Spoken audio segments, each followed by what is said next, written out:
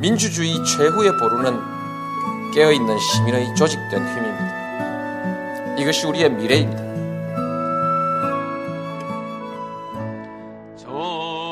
노무현 재단은 사료 편찬과 연구 사업, 추모 기념행사와 봉화음악회 등 문화행사를 개최하고 각종 기념시설 건립을 추진하여 노무현 바로 알리기에 앞장서고 있습니다. 제2의 노무현을 키워내기 위해 시민학교 운영과 장학생 선발에도 힘쓰고 있죠.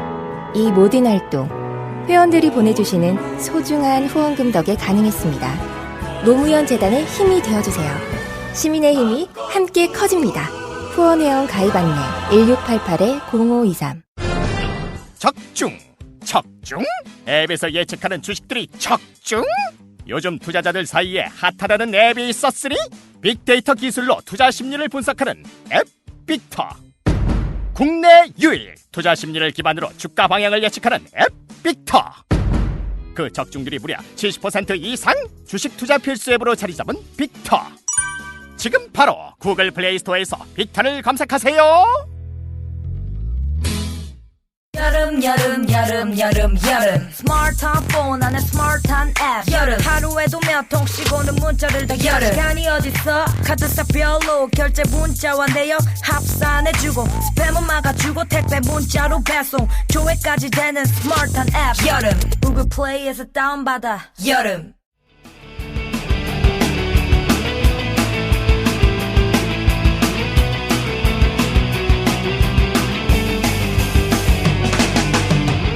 살면서 누구나 한 번쯤은 궁금해하지만 아무도 정확히 알려주지 않는 주제들을 선정해서 얕게 한번 파보겠습니다. 지적 대화를 위한 넓고 얕은 지식, 줄여서 지대넓이야. 99회 이불 밖은 위험의 특집, 지금 시작합니다.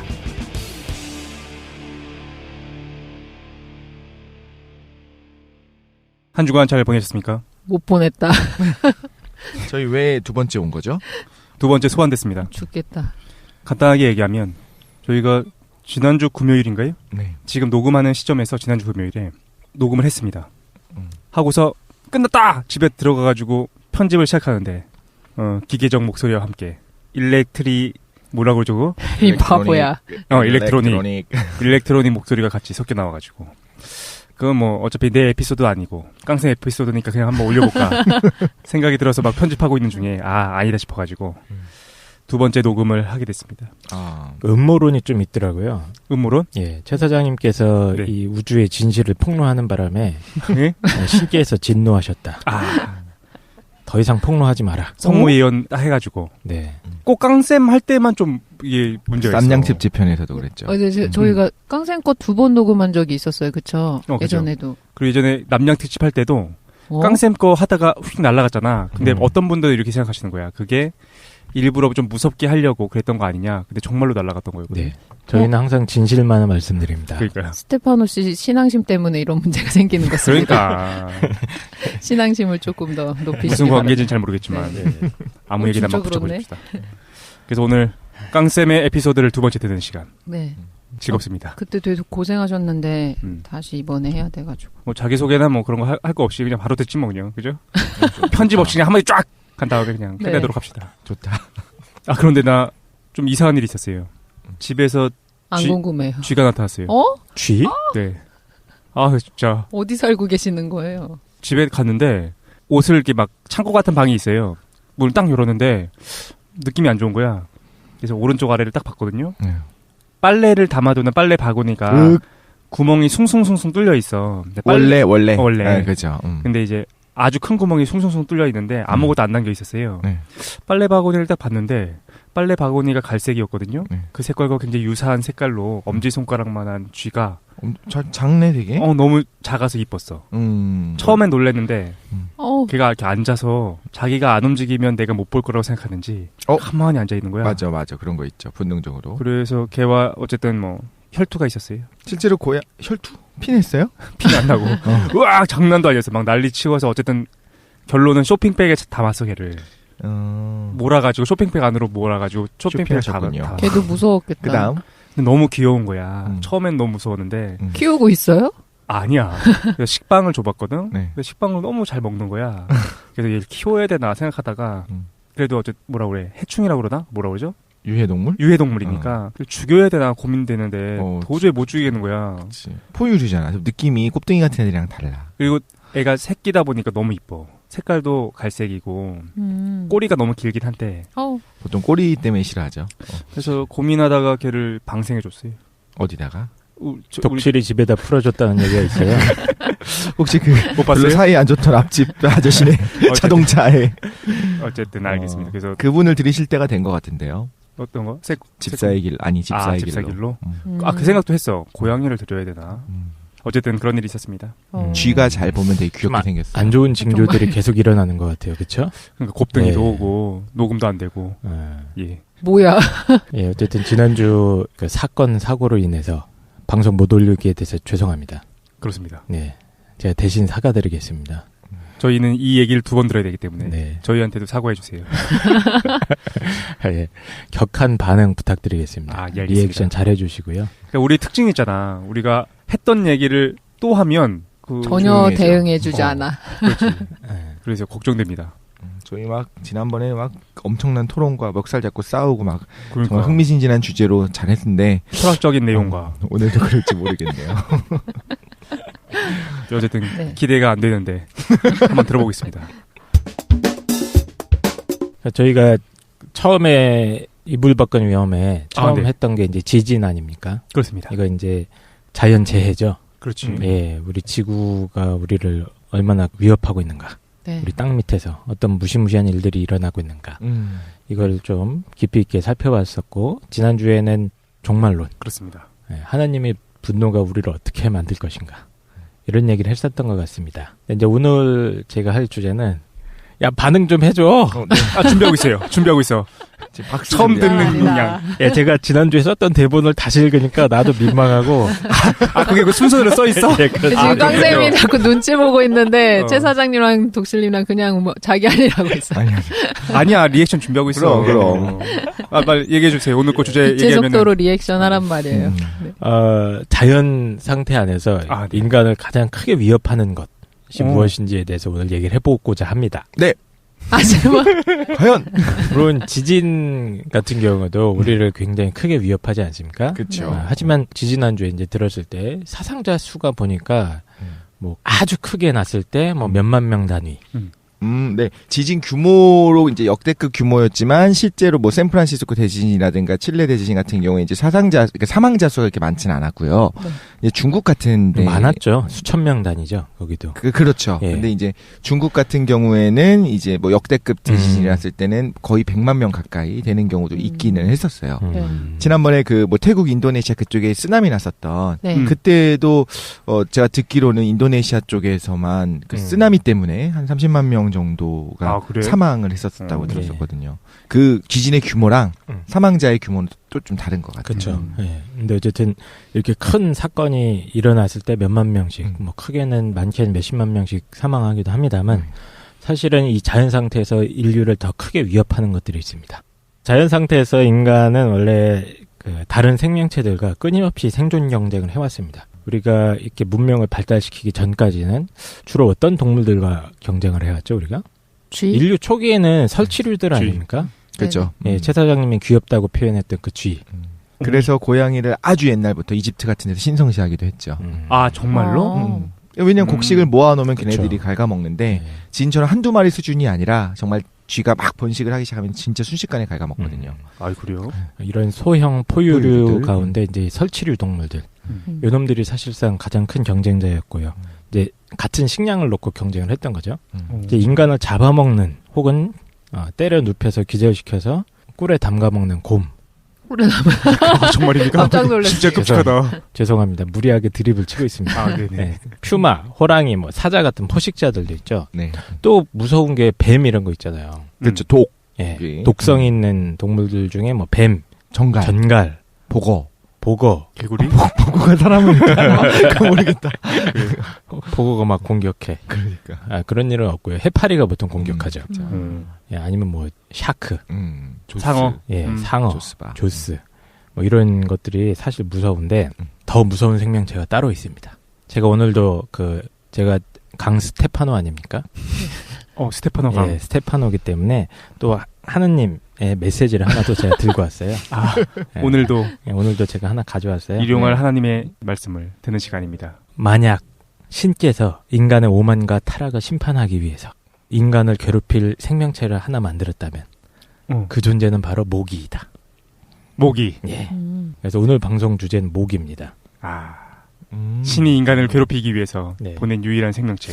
제가 아주 예전에 말에 대해서 하지 않았습니까? 네. 예, 신께서 이 세계 일주를 위해서 동물을 하나 창조하셨다면 선택하신다면 말이었고요. 그렇죠? 인류 사회의 어떤 민주주의의 표본을 보여주신 동물이 바로 꿀벌 아닙니까? 네. 근데 모기는 우리를 심판하기 위해서.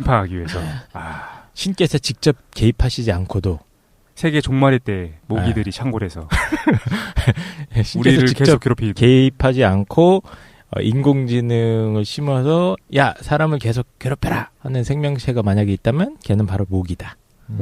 이게 말도 안 되는 얘기를 막 하고 있는데 알겠습니다. 오늘 방송의 결론이자 그겁니다. 그래서 오늘 이불 밖은 위험해 특집 세 번째는 모기. 네. 기회됩니다. 일단 모기는 기본적으로는 그 파리와 같은 친척 계열의 곤충이죠. 아니 정말이요? 네. 꺼져 이 자식아. 사실 지난주에 그 얘기 듣고 깜짝 놀랐어. 네, 파리와 파리목. 예. 파리목에 속하는 곤충이라서 같이 분류가 되고요. 전세 그 밑이 속 그다음에 종인가? 종속 과목 강문계 우리 그렇게 외웠던 것 같아요. 종속 과목 강문계. 강문계. 속이 같다고 하면은 그러니까 그렇게 가까운 친척 수준은 아니지만 그렇게 분류를 한 거죠. 모기 같은 거죠. 목. 그렇죠. 목. 목. 네, 파리목. 파리목. 전 세계적으로 3,500종 정도가 존재를 하는데 역사적으로 보면 약 1억 7천만 년 전에 이제 쥐라기 시기 그때 아마 지금의 남아메리카 대륙 쪽에서 처음 등장한 것으로 추정을 하고 있고요. 그때 당시만 해도 모기 크기가 한 3배 정도는 컸던 것 같습니다. 지금 현재 기준으로 했어요. 예. 그래서 현재 종과 가장 유사한 모기 같은 경우는 이제 캐나다에서 발견된 호박 속에 갇혀 있어요. 호박이 뭔지 아세요? 보석. 그렇죠. 송진이 나와서 나무의 그 송진 안에 이제 모기가 갇혀 있는 건데 이게 7,900만 년 전에 발견된 호박 안에 모기가 갇혀 있습니다. 그게 가장 오래된 모기인가요? 그렇습니다. 예. 그래서 쥐라기 공원이란 영화 옛날에 진짜 옛날 영화가 됐네. 쥐라기 공원이. 그러니까 임팩트가 컸는데. 제가 한 3살 때 봤던 영화. 진짜요? 예. 초딩 때 본 거 23살 아니야? 형이라고 불러라. 형. 이 자식아 어리구만. 그때 굉장히 충격적이었죠. 그때 CG 효과라든가 이런 게. 그러니까 너무 놀라웠는데. 맞아요. 예, 그걸 이어받아서 이제 디워. 디워. 용가리. 네, 죄송합니다. 알겠습니다. 어쨌든 쥐라기 공원이라는 영화 보시면은 첫 장면에 그런 장면이 나왔던 것 같아요. 모기가 한 마리가 공룡에 피를 이렇게 쭉 빤 다음에 윙 하고 날아가가지고 나무에 앉았는데 그 나무 수액이 쫙 덮쳐버리죠. 묻어버리죠. 그래서 이제 그 피를 간직한 상태로 호박 속에 몇 천만 년 동안 갇혀 있게 되는 그런 장면이 묘사가 되는데 그 영화 속에서도 그 유전자를 뽑아가지고 다시 하는 거잖아요. 그렇죠. 그 다른 화석이랑 다르게 이제 사실 화석처럼 우리가 생각을 하잖아요. 네. 그지 송진 안에 뭐 갇혀 있으니까. 근데 이제 사실은 화석이랑은 다른 게 화석은 이제 뼈 같은 게 유해가 있다가 걔가 이제 바위 쪽에 그 성분이 흡수가 돼요. 그래서 어떻게 보면 잔해가 남은 거라고 한다면 호박 속에 있는 경우에는 호박은 광물이 아니거든요. 그 나무 진액이 이제 굉장히 단단하게 압력을 받아서 굳은 거니까 그 안에는 사체가 그대로 있는 거예요. 그리고 그대로 아주 뜨겁게 이렇게 열을 받은 게 아니라면 그 안에 DNA가 있을 수 있는 거죠. 말 그대로 화석화됐다라고 하지만 정말 화석이랑 다르게 사체가 보존이 돼 있는 거니까. 그래서 지금 실제로 과학자들이 그 안에 있는 어떤 그 DNA를 뽑아낼 수 있는 것들을 가지고 뽑아가지고 과거의 것들을 이제 복원하려는 시도들도 하고 있고 그래요. 만약에 인간을 호박 안에다 가두면 그러면은 흡수 안 되고 그 상태로 있게 돼요? 그게 이제 아주 작은 곤충 같은 건 가능한데 우리는 인간은 내부에서부터 이제 박테리아가 있으니까 썩을 수 있겠죠. 썩을 수 있다. 방부 처리를 해야겠죠. 어쨌든 가장 오래된 모기의 그 흔적이 4,600만 년 전에 나타난 호박 속에 모기가 피를 빨아가지고 갇혀 있는 게 있다. 아까 7,000. 그거는 이제 가장 오래된 거. 피는 없어 걔는. 여러 개가 있어요. 가장 오래된 어떤 뱃속에 피를 빨고 갇힌 그 모기의 사체라고 할까요? 하여튼 화석이라고 하겠습니다. 네. 화석 가운데 가장 오래된 게 이제 4,600만 년.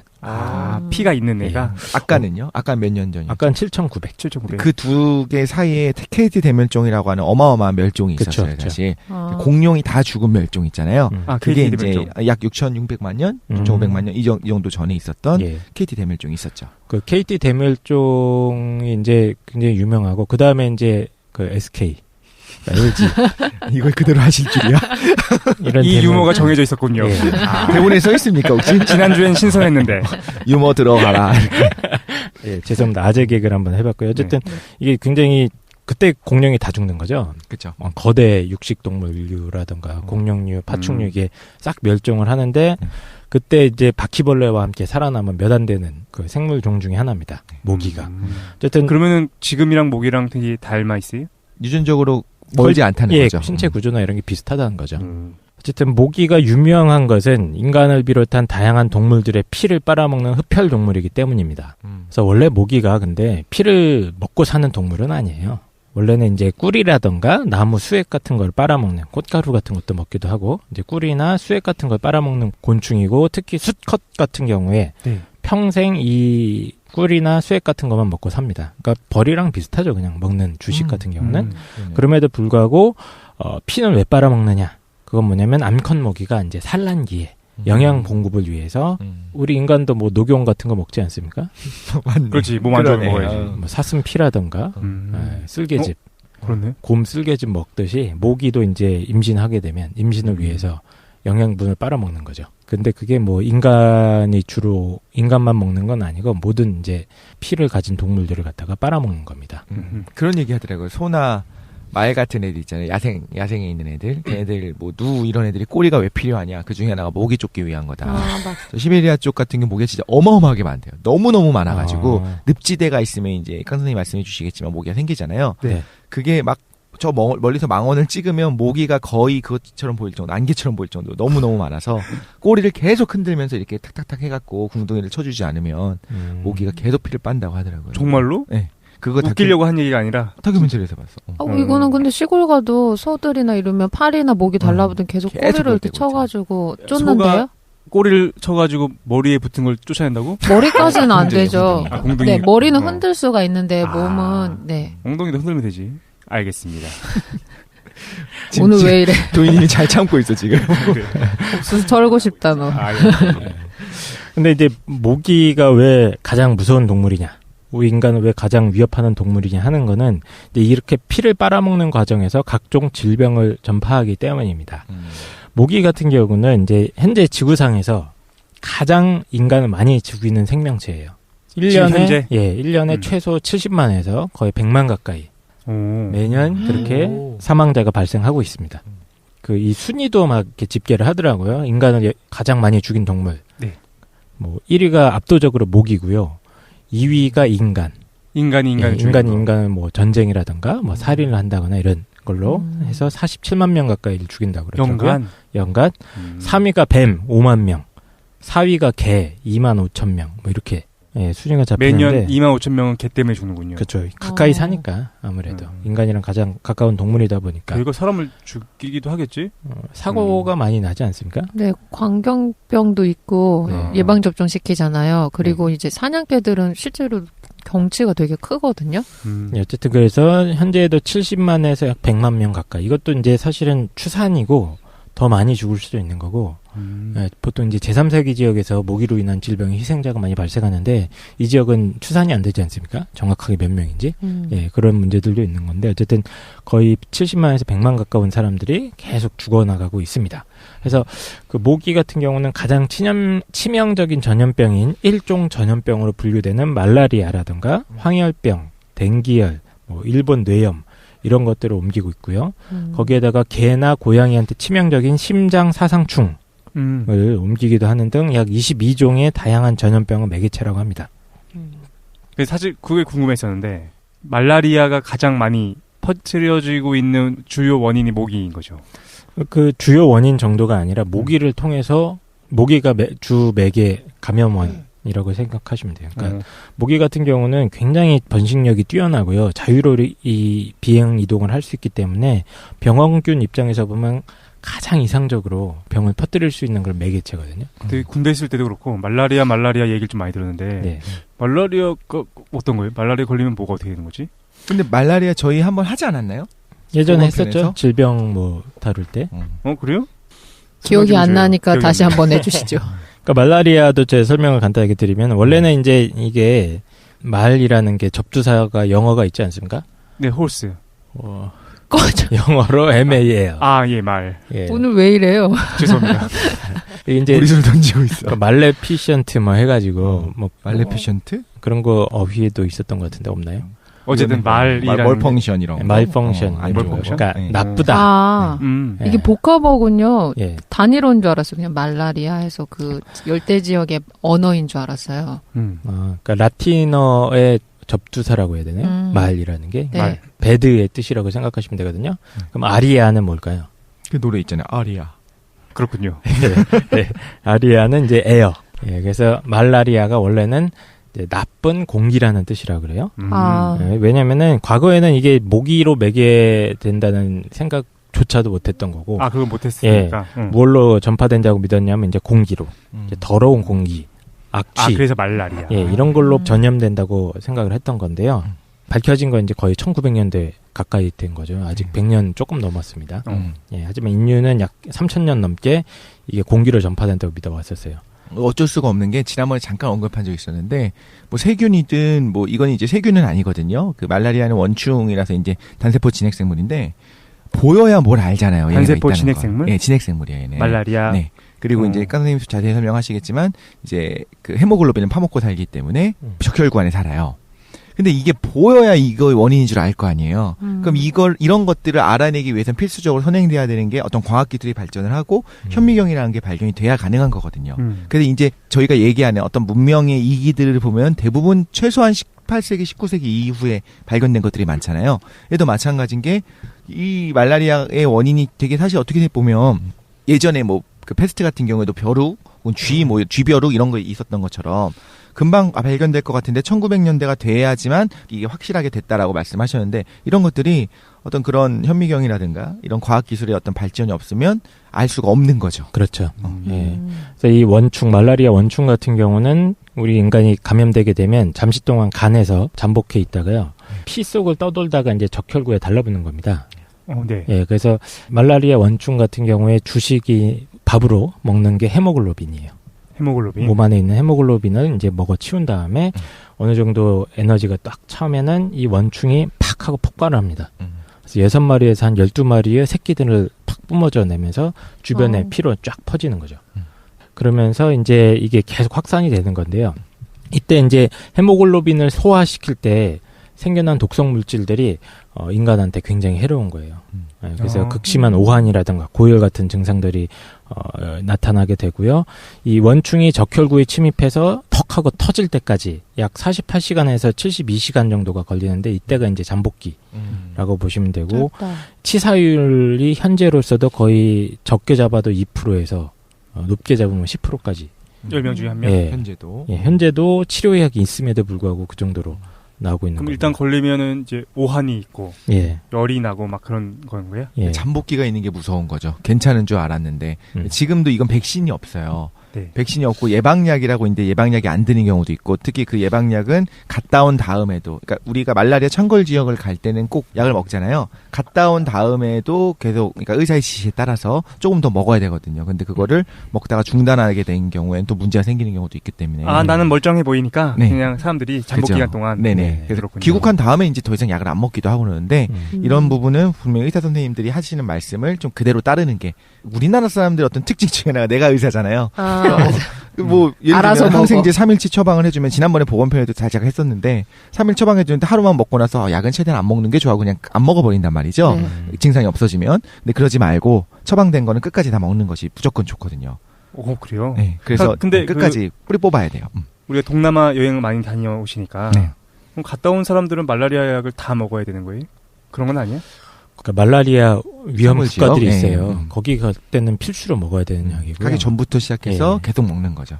그거 좀 나온 게 있나요? 그 말라리아 위험 국가들 뭐 이렇게 해서. 가기 전에 사실 검색해보고 가는 게 제일 좋기는 한데 기본적으로 아프리카 대부분 남아메리카, 인도, 동남아 이런 데 이제 많이 있고 제가 듣기로는 캄보디아 같은 경우에는 굉장히 좀 창궐한 지역 중에 하나라고 들었거든요. 그래서 뭐 라오스, 미얀마, 베트남, 인도네시아, 캄보디아, 태국 이쪽 다 네. 그 동남아 있는 근처 뭐 중동 지역도 이란, 예멘, 아프가니스탄, 아프리카 대부분 야, 근데 우리가 그런데 간다고 해서 말라리아 약을 복용하진 않잖아. 그러니까 증상이 있어야지 좀 말라리아 약을 복용하게 되나 봐. 일단 이제 주의를 해야 되는 부분들이 있는 거고 그 다 다음에 이제 뭐 예를 들면 태국을 가고 우리가 밀림을 해치면서 이렇게 가지는 않잖아요. 네. 보통 가죠. 딱 공항에 딱 내리면 물리림 딱 그런 거 아니야? 그렇다. 안 가봐가지고 그런 건 줄 알고 있었는데. 그런 경우에는 이제 약을 먹어야 되는 거죠. 그렇군요. 이게 그 예방약이 이제 클로로퀸이라는 게 가장 흔한 약인데 들어본 것 치료약이기도 하고요. 그게 그 말라리아 원충의 종류가 몇 가지가 있고요. 그리고 이제 변종들이 또 있습니다. 그러니까 클로로퀸 내성 가진 원충들이 있는 경우도 있어가지고 복합적인 약을 먹기도 하고 그런다 그래요. 예, 여러 약을 먹기도 하는데 어쨌든 그 초기에 치료가 발병 초기에 찾아내지 못하면은 굉장히 위험한 질병이고요. 현재로서도 거의 매년 2억에서 3억 명이 감염되고 있는 것으로 추산되고 있습니다. 엄청나네. 예, 그리고 아까 말씀드렸듯이 75만에서 100만 명 정도가 희생되는데 이게 다 이제 말라리아 때문에 예, 모기로 인해서 아직도 죽어가고 있는 거죠. 또 한 가지 유명한 질병이 이제 황열병이라고 불리는 질병이 있어요. 이게 황열병? 왜냐면 그 원래는 이제 옐로우 잭이라고 그 선원들이 불렀던 질병이에요. 이것도 역시 모기에 의해 전파되는 질병이긴 한데 이제 주로 아프리카나 그 남아메리카 쪽에서 많이 유행을 했던 질병이고요. 걸리면 피부가 누렇게 뜬다고 합니다. 황열병. 예. 그래서 이렇게. 옐로우 피버, 뭐 옐로우 잭, 뭐 이렇게 불렀던 것 같아요. 그리고 이제 열이 나는 것부터 시작해가지고 이게 걸리고 나면 굉장히 증상이 끔찍해요. 코와 입으로 계속 그 시꺼먼 피를 질질질 흘리면서 막 기침까지 하니까 막 그 피가 사방으로 튀고 막 네, 굉장히 끔찍한 장면을 연출하게 되죠. 그래서 이게 발병하고 나면 5일에서 한 10일 후에 죽을 정도로 치사율이 거의 뭐 이것도 15% 이상으로 걸렸을 때는 굉장히 위험한 질병 중에 하나입니다. 다행히 이거 이제 요즘 백신이 있어가지고 예방이 거의 되는 질병으로 되어 있습니다만 그 전까지는 예, 유럽이나 미국에서는 거의 19세기까지만 해도 굉장히 무시무시한 질병이었어요. 그리고 또 한 가지 이제 유명한 게 댕기열이라고 있어요. 네. 예, 이거는 이제 영어로 하면은 뭐 골절열이라고 해갖고 브레이크 본 피버라고도 부른다고 그럽니다. 브레이크 본 피버. 예, 뼈가 끊어질 듯 아프다. 네, 통증이 굉장히 심하고 걸렸을 때는 뭐 치사율도 어느 정도 있는 질병이고 이거는 동남아 쪽에 가시는 분들이 뭐 이거 걸리신 분들이 꽤 있을 거예요. 예, 모기 때문에 걸리는 거고요. 또 유명한 게 이제 뇌염 있지 않습니까? 네. 일본 뇌염. 뇌염. 예, 이거는 이제 뇌를 둘러싸고 있는 이 세포막에 염증이 일으키게 만드는 바이러스가 침투하는 건데요. 예, 이것도 굉장히 위험하죠. 예, 이거는 치료가 된다고 해도 뇌가 이제 이상이 생기는 거기 때문에 그렇죠. 예, 수면병이라고 불리기도 합니다. 깨어났음에든지 약간 혼수 상태처럼 돼버리는. 아, 그래요? 예, 치료됐음에도 그렇기 때문에. 이거 저희 어렸을 때 초등학교 때 학교에서 맞았던 것 같아요. 예방접종. 어깨에 사람들 흉터 있는 게 그게 뇌염인가? 아니요. 그거는 이거 받은 건 저건 BCG잖아요. 뇌염이 이건 아니고 맞다. 저건 이거는 딴 뇌염이 거다. 아니잖아. 결핵이다. 뭐예요, 그건? 불주사. 불주사라고. 불주사가 뭡니까? 요즘 아이들은 저희가 맞았던 것처럼 이렇게 부풀어 오르게 맞지 않고 이렇게 드래곤볼 모양처럼 9개 구멍 내서 맞더라고요. 저 조카들 보고 깜짝 놀랐어요. 이게 뭐야? 이렇게 물어보니까. 그게 이제 병원을 가서 사제병원이라고 해야 되나? 그 네네. 사병원을 가서 맞는 경우 그런 걸 하고 좀 돈을 내고 하는 거 보건소에서 하는 경우에는 지금도 이렇게 부푼다고 하더라고요. 근데 이제 심미적인 것 때문에 요즘 잘 도대체 그 부푸는 거를 우리가 맞은 이유는 무엇입니까? 그 불주사라고 해가지고 우리 자주 맞았잖아요. 자주 맞지 않았어요. 자주 맞았어요? 나는 어쩌지? 엄청 자주 맞은 것 크더라. 같은 느낌이. 너 집에서 맞는 게 그거였어? 맨날 뭐 한 맞고 번 있던데. 아니었어요? 그거 엄청 그 아프잖아. BCG인가? 네, BCG. 예, 결핵 아닙니까? 그게 결핵 예방주사. 아, 결핵 예방주사. 그것도 있고 뭐 일본 내염은 거의 매년 이건 자주 맞았던 것 같은데. 일본 내염은. 네, 요즘은 많이 안 맞는 것 같긴 한데. 매년 여름마다 한동안 꽤 맞았었던 것 같아요. 맞아요. 고학년 예. 되고 나서. 근데 그러면 모든 사람은 어깨에 흉터가 있나? 아니 이게 피부 질환이 있는 사람들은 그 켈롤로이드 살성이라고 하나? 네, 이때 맞아. 저는 제가 피부가 그래서 주사 맞으니까 이게 굉장히 보기 안 좋게 부풀어 오르거든요. 그런 사람들만 부풀어 오르고 나머지는 아주 그냥 조그만 점같이 그냥 그 정도 흉터 있다고 하던데. 그렇군요. 지금 뇌염 말씀하신 거 아니에요? BCG 말씀하신 거 네, 불주사. BCG는 대부분 좀 이게 심하고 지금 말씀하신 켈로이드 피부 같은 경우에는 켈로이드. 네, 켈로이드 피부 같은 경우에는 이제 되게 작은 흉만 져도 그 부분에 흉터가 확 드러나는 거죠. 맞아요. 그렇죠. 근데 BCG는 그러니까 우리 나이 또래에서는 다 있는 것 같아요. 여기. 사실 그래요? 저는 없어요. 없어요? 그래서 나는 항상 궁금했어. 왜 나는 아무것도 없지? 진짜 없다고? 어깨예요? 주사를 맞긴 했어요? 독실만 보여줄게요. 주사는 맞았어요? 기억이 안 나. 안 맞을 수도 있나? 안 맞는 건 불가능한데. 그냥 어깨에 아무것도 그거 없어. 주사 맞기 전에 한번 초등학교 안 테스트를 다녔어요? 해요. 여기다가 최 사장에게 왜 BCG 접종 자국이 없는가에 대한 무의미한 토론을 진행하였습니다. 어쨌든 최 사장님은 결핵 외계인인 예방 주사를 걸로? 안 맞은 걸로 그렇게 네, 결론이 불주사. 났습니다. 예, 불주사를 안 맞으셨군요. 네. 결핵이 있으신 거 아니에요? 지금 맞으세요. 지금 드래곤볼로 예쁘게 박아주던데. 진짜요? 마음에 드는데 드래곤볼? 알겠습니다. 우리 조카들 있던데. 예. 최근에 이제 유명한 게 지카 바이러스죠, 이거. 맞아요. 예. 무섭더라고. 지카 바이러스. 지카는 모기가 옮기는 건가? 예, 대표적으로 모기가 지금 이제 감염 경로를 추적하는 이 역학조사 결과를 보면은 모기를 통해서 전염되는 게 확정이 됐습니다. 그래서 그 남아메리카나 이쪽 지역에서는 순모기, 이집트 순모기라는 종이 이걸 옮기는 걸로 확정이 된 것 같고, 지금 우리나라 그 언론 보도를 보면 우리나라에 있는 이제 순모기 중에 흰줄 순모기라고 있어요. 흰줄 순모기. 예, 이따가 말씀드리겠습니다만 이 놈이 전염원이 될 수 있다라는 보도가 계속 돌고 있고, 이게 지금 우리나라도 환자가 뭐 있네 없네 뭐 이런 얘기가 있는 것 같아요. 이게 특히 이제 무서운 게 소두증이라고 해가지고 이 임신한 상태에서 지카 바이러스에 걸렸을 경우에 아이의 이제 뇌 발달에 장애가 갈 수 있는 무서운 바이러스 아닙니까 이게? 그래서 소두증에 걸린 태아들 같은 경우에 뇌의 발달 저하가 두드러지게 나타나고 있기 때문에 뇌가 이제 정상적으로 자라지 못하는 거죠. 그렇죠. 예, 그러다가 보면 이제 지적 장애라던가 뭐 심각한 경우에 이제 태아가 생명을 잃을 수도 있는 그런 문제점을 발생시킬 수 있습니다. 그래서 이제 말라리아, 황열병, 뭐 댕기열, 지카 바이러스 이런 것들이 다 모기를 통해서 전염되는데 현실적으로 우리를 가장 괴롭히는 것들이 또 하나가 있죠. 모기에 물렸을 때. 간지러움. 그렇죠. 그러니까 모기가 우리를 괴롭히는 게 두 가지가 있는 거구나. 질병을 주기도 하는데 네. 간지럼도 주고. 죽을 만큼 간지럽죠. 손톱 끝이라던가 그치. 발바닥이라던가 정말 싫어. 아니 엄지발톱의 바로 밑에 부분 있잖아요. 거기 네. 한번 물린 적 있는데 진짜 발을 자르고 싶더라. 나 입술에 물린 분들 가끔 계시고요. 그죠. 입술 맞다. 경계면. 얼굴도 예, 물리시죠. 입술 쪽에 이렇게 물려서 입술이 보톡스 맞은 것처럼 예, 도톰하게 부풀어 오르시기도 하고요. 가끔 십이지장에도 물리고. 죄송합니다. 야, 너 따라 나와. 예. 그래서 굉장히 사람을 괴롭히는 게 이 가려움증인 거죠. 네. 근데 이 가려움증이 왜 생기냐면은 모기 같은 경우에 이 인간의 피부에 앉아서 이 피를 빨기 전에 이 피부를 살짝 찢거든요. 입으로. 예, 칼로 이렇게 찢듯이 그래요? 예, 찢죠. 그래야지 파고 들어가니까 빨대를 꽂을 거 아닙니까? 그래서 빨대 꽂기 전에 한번 착 찢어내는데 그 빨대를 꽂으려고 막 하는 과정에서 항응고 성분을 갖다가 주입한다고 합니다. 그러니까 피가 굳지 말라고 항응고 성분을 주입을 하는 거예요. 왜요? 만약에 이제 피가 쭉 났는데 인간은 피가 공기 중에 나오면 바로 응고되는 그렇게 돼 있지 않습니까? 그렇지. 네. 혈소판 예, 때문에. 혈소판 때문에.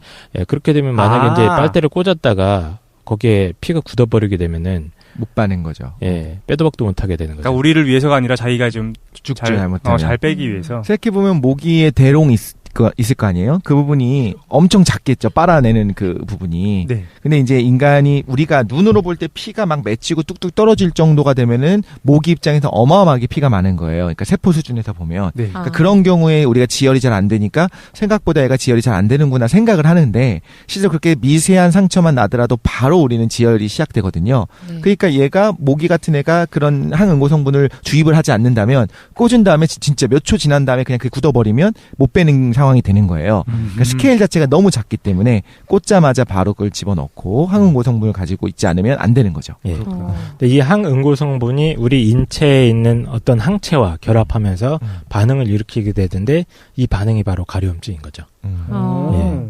그래서 가렵다고 긁으면은 더 가려워지는 경험을 하셨을 텐데 이것도 네. 역시 긁으면 긁을수록 그 성분이 더 많이 분비가 되고 있기 때문에 오히려 더 가려워진다. 이렇게 보시면 됩니다. 아, 실제로 긁으면 긁을수록 더 가려워지는 거예요? 그 반응, 이제 항응고 성분과 항응고 성분이 우리 체내에 들어오게 돼버려요. 네. 예, 근데 걔가 우리 몸에 있는 건가? 이 항체와 계속 반응이 일어나게 되는데 만약에 열을 가한다거나 이제 긁는다거나 하면은 그 반응이 오히려 더 격해지는 거죠. 제가 이걸 잘 모르겠는 게 간지러운데 안 긁어본 적이 없기 때문에 안 긁으면 빨리 사라지는지를 알 수가 없어. 안 긁을 수가 없어. 너무 그렇죠. 너무 간지러우니까. 그래서 가장 좋은 방법은 물리고 난 다음에 십자가로 예. 신앙의 힘으로 신앙의 힘을 통해서 손톱으로 십자가를 그리죠. 그런 건 거의 효과가 없고요. 가장 좋은 방법은 이 항응고 성분을 짜내는 겁니다. 그러니까 이게 뭐 몸속으로 완전히 들어오기 전에 어느 정도 물리고 난 뒤에 얼마 시간이 안 지났다면 그때 요거를 이제 뭐 입으로 빨거나 하지 마시고요. 네. 아니군요. 독피는 입으로 빨던데. 두피요? 독. 아, 독. 두피를 입으로 빤다고 그래가지고 무슨 말인가 했어요. 뱀독 같은 경우에는 이제 입안에 진짜 상처가 안 없는 좋다. 경우에는 진짜 응급하게 빨기도 한다고 하잖아요. 아, 네. 상처가 있으면 큰일 나지만 네. 그 모기 물린 들 입으로 빨긴 좀 그렇죠. 발가락 사이는 좀 그런데 팔 같은 건 괜찮지 않나요?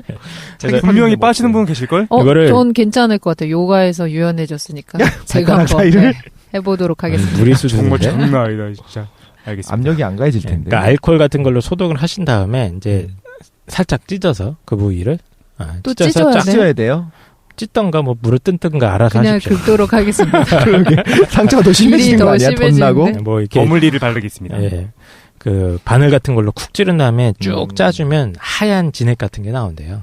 어. 예, 네. 그러면은 이제 진짜로? 그게 모기가 주입했던 그 타액. 아. 예, 그거를 짜내면 아주 간단하게 해결이 됩니다. 하지만 이제 간단해 보여. 일단 알코올 소독해야지, 상처를 내야지, 손톱으로 짜야지. 근데 이게 시간에 상관없어요, 강생님? 근데 너무 바로- 오래 지나면은 안 되죠. 아, 그래서 최대한 빨리. 아침에 최대한 자고 빨리. 일어났을 때는 효과가 예. 없겠네요.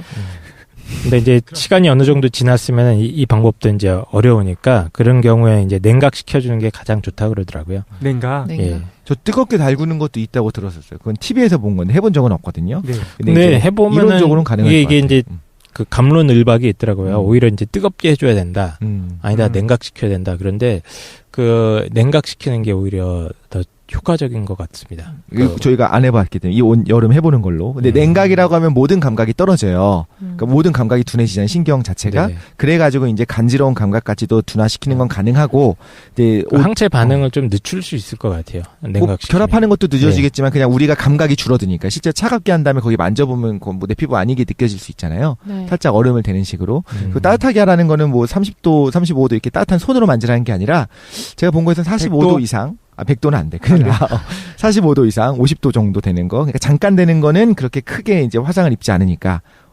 사실 핫팩 같은 게 되게 뜨거워지면 70도까지 올라가는 거 아시죠? 아, 그래서 그래요? 저온 화상이 위험하다고 얘기를 하잖아요. 네. 그러니까 한 50도 정도 되는 거, 그 정도 되는 물방울을 떨어뜨리면 즉각적으로 그 간지러움을 유발하는 단백질 성분인데 네. 걔가 바로 변성이 돼버리기 때문에 괜찮다라는 게 있고 그거를 실제 해본 사람들이 오 신기하다 되더라라고 하는 사람도 있었어요. 근데 나만 당할 수 없지일 수도 있기 때문에 저희가 해본 적은 없어요. 근데 이론적으로는 충분히 가능한 것 같아요. 여기서 잠깐 자기가 물렸을 때 어떻게 해결하고 있는지 얘기해 보도록 합시다. 노하우를 한번.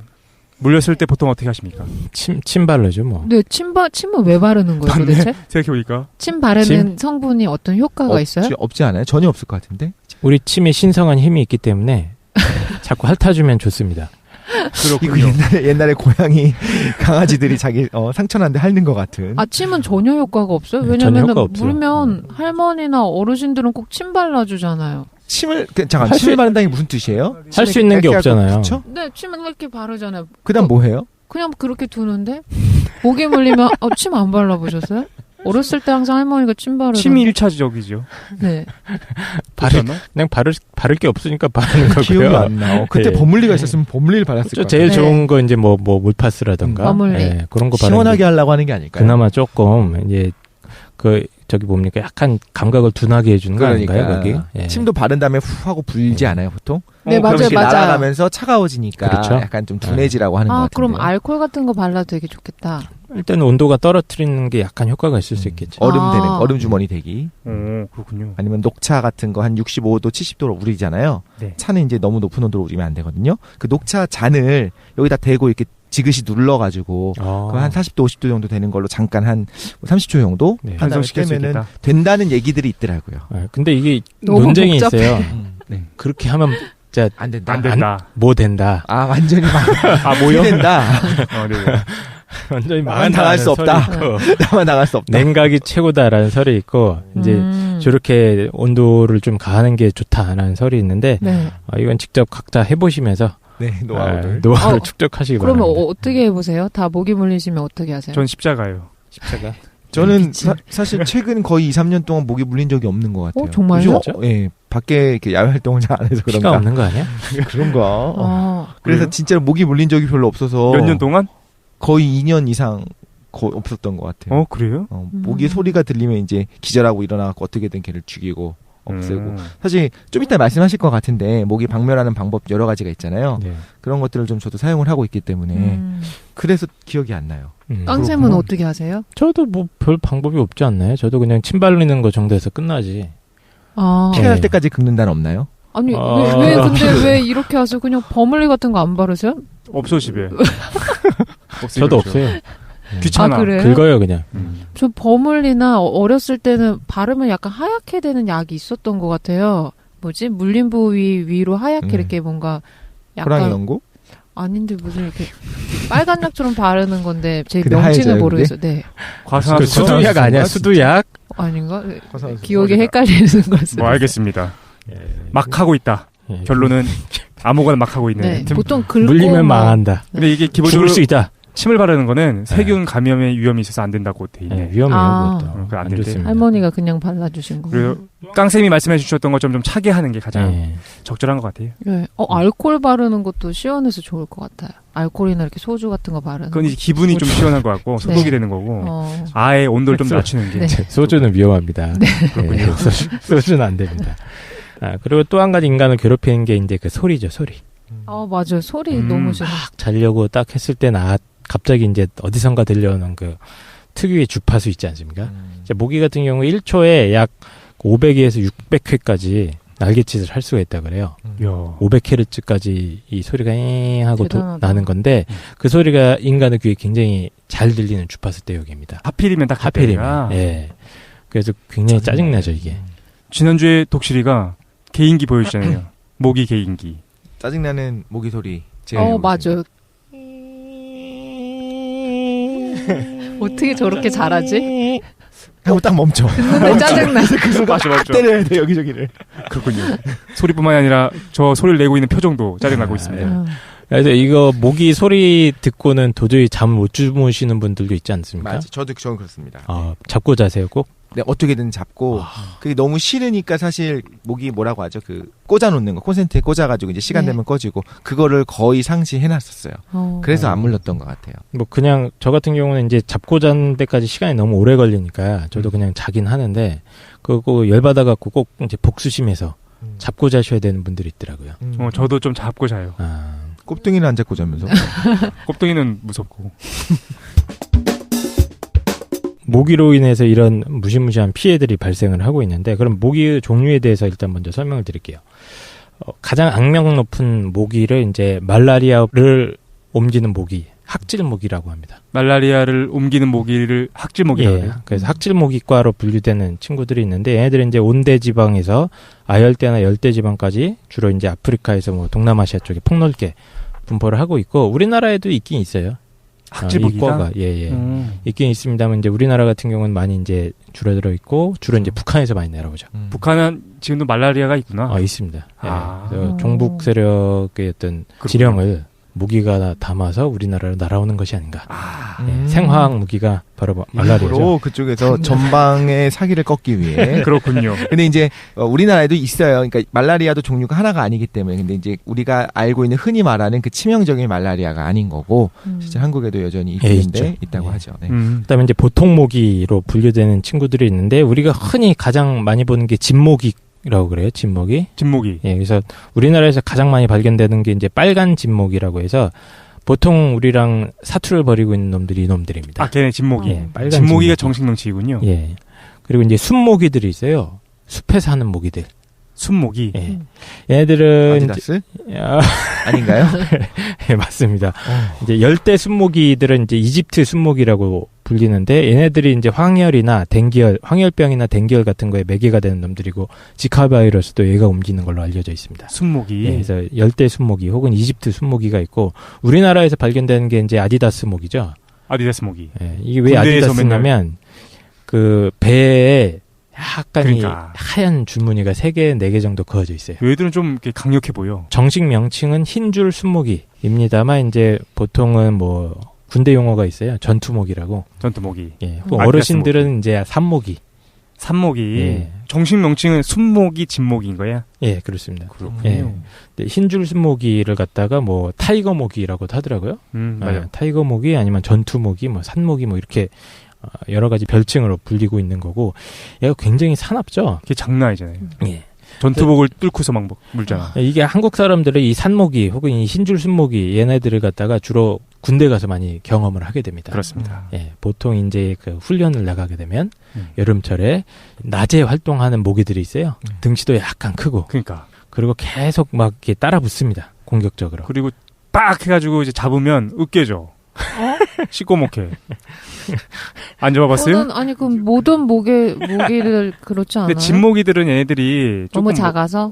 작아가지고 좀 괜찮은데 얘는 좀 등치도 크고 웃겨줘. 이 친구들은 이제 밤에만 활동하잖아요. 보통은 모기가. 근데 얘네들은 낮에도 활동합니다. 아, 그럼 진모기는 밤에만 활동해요? 예. 야행성인데 곤충인데 얘네들은 낮에도 활동하기 때문에 그렇고 한번 물리면 좀 이 물린 자국도 커요. 산모기 물린 기억들 한번 떠올려 보시면 좀 크게 부풀어 오릅니다. 예, 굉장히 사납고 이제 전승 속에 내려오는 얘기들이 있죠. 전투복을 뚫고 물고 있더라. 그러니까 진짜 장난 아니니까. 아니 뭐 군화를 뚫고 물고 있다. 예. 심지어는 이제 하이바까지 뚫었다. 보통 하이바 뚫죠. 예. 사이로 들어가는 거겠죠. 옷 사이나 뭐 신발 사이로. 이거 전투복 사이로 들어갈 수가 없잖아. 그냥 물리긴 물려. 전투복이 이렇게 시보리 처리돼 근데 있어요? 난 진짜 본 거 같은데 군복 입고 있으면은 얘가 붙어 있어요. 그래서 막 쑤시고 있어요 입을. 찾고 있어. 말도 안 돼. 하이바 위에 앉아가지고 뚫고 있는 거 본 적 있어요. 뭐야, 드릴도 아니고. 뚫고 있지. 드릴을. 그냥 앉아있는 거. 얘네들 같은 경우는 특징이 이렇게 쫓아내도 보통은 진모기 같은 경우는 이렇게 맞아. 쫓아내면 잠깐 숨었다가라고 또 오잖아 매너상. 숨척이라도 이 새끼들은 하죠. 그냥 계속 달라붙습니다. 맞아요. 그랬던 거 같아요. 왜냐면 진모기는 같이 살아야 되는데 얘는 한 번 보고 안 볼 사이거든요. 그러니까 막대하는구나 우리를. 이 나쁜 놈들 그냥. 끝까지 그냥. 뭐야 이게. 네. 그래서 어쨌든 간에 이 흰줄 순모기가 요즘 특히 이제 지카 바이러스에 매개가 되는 것으로 지금 보도가 많이 되고 있어요. 그래서 이제 산모기로서 이런 놈들이 있는데 좀 얘네들은 조심해야 된다. 아차마 하이바도 뚫고 들어올 수 있다. 속상하다. 벽도 뚫고서 묻는 거 아니야? 그만해. 예, 알겠습니다.